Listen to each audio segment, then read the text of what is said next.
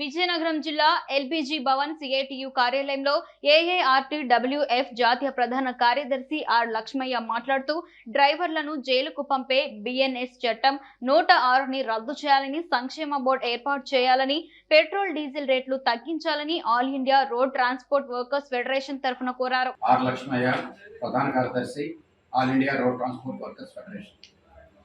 కేంద్ర ప్రభుత్వం 2024 నూతన సంవత్సర కానుకగా ఈ దేశ ప్రజలకు ఇచ్చింది. ప్రమాదాల పేరు మీద 5 సంవత్సరాల నుంచి 10 సంవత్సరాల దాకా జైలు శిక్ష విధించే విధంగా ఐపీసీ చట్టాన్ని మార్చి భారతీయ న్యాయ సంహిత 2023 అనేటువంటి చట్టం తీసుకొచ్చింది. ఇది డ్రైవర్లకి తాడు లాంటిది. మొత్తం ఇది అమల్లోకి వస్తే మొత్తం డ్రైవర్లంతా జైళ్లలో ఉండాలి తప్ప రోడ్ల మీద వాహనాలు నడుపుతుండేటువంటి పరిస్థితి ఉండదు. అందువల్ల ఈ విధానానికి వ్యతిరేకంగా దాన్ని రద్దు చేసుకోవాలని చెప్పి all India road transport workers federation demand చేసింది.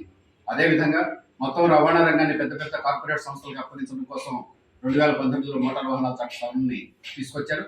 అలాగే 10 కోట్ల మంది పనిచేస్తున్నటువంటి అసంఘటిత రంగంలో ఉన్నటువంటి రవాణా రంగ కార్మికులకి, అది భవన నిర్మాణ కార్మికులకి, బీడీ కార్మికులకు ఉన్నటువంటి విధంగా వీళ్ళకి కూడా సామాజిక సంక్షేమ చట్టం కావాలని చెప్పినటువంటి డిమాండ్. ఈ 3 డిమాండ్లని మీద ప్రభుత్వం మీద ఒత్తిడి తీసుకురావడం కోసం ఫిబ్రవరి 16వ తేదీన దేశవ్యాప్తంగా ఒకరోజు సమ్మె చేశాం.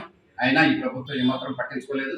అందువల్ల ఎన్నికలు అయిన తర్వాత ఏ ప్రభుత్వం అధికారంలోకి వచ్చినప్పటికీ కూడా రవాణా రంగానికి సంబంధించినటువంటి 3 ప్రధాన సమస్యల పరిష్కారం కోసం రాబోయే రోజుల్లో పెద్ద ఎత్తున ఉద్యమాలకి సిద్ధం కావాలని, ఆ రకంగా ప్రభుత్వానికి ఓట్లేయటమే కాదు, ఓట్లేసినటువంటి ప్రజలకి ప్రభుత్వాన్ని చక్కబట్టుకుని నిలిసే హక్కు ఉంది.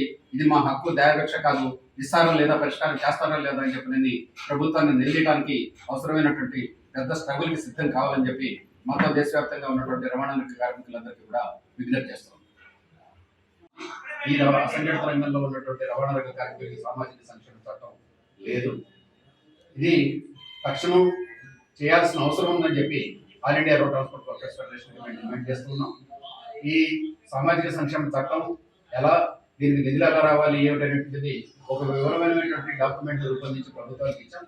ఇంతవరకు కూడా ప్రభుత్వం నుంచి స్పందన లేదు.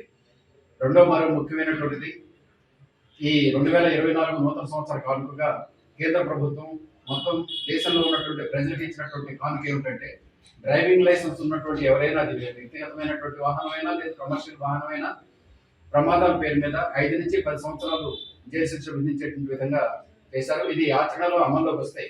డ్రైవర్ అయినటువంటి వాడు జైళ్లలోనే ఉండాలి తప్ప రోడ్ల మీద వాహనాల మీద దొరికేటువంటి సమస్య లేదు. మూడవది, మొత్తం 2019లో మోటార్ వాహనాల చట్టాన్ని కేంద్ర ప్రభుత్వం సవరించింది.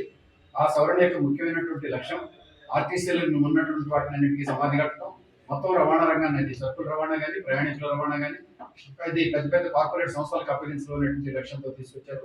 ఈ 3 ప్రధానమైనటువంటి డిమాండ్ల కోసం మొన్న ఫిబ్రవరి 16వ తేదీన దేశవ్యాప్తంగా సమ్మె జరిగింది.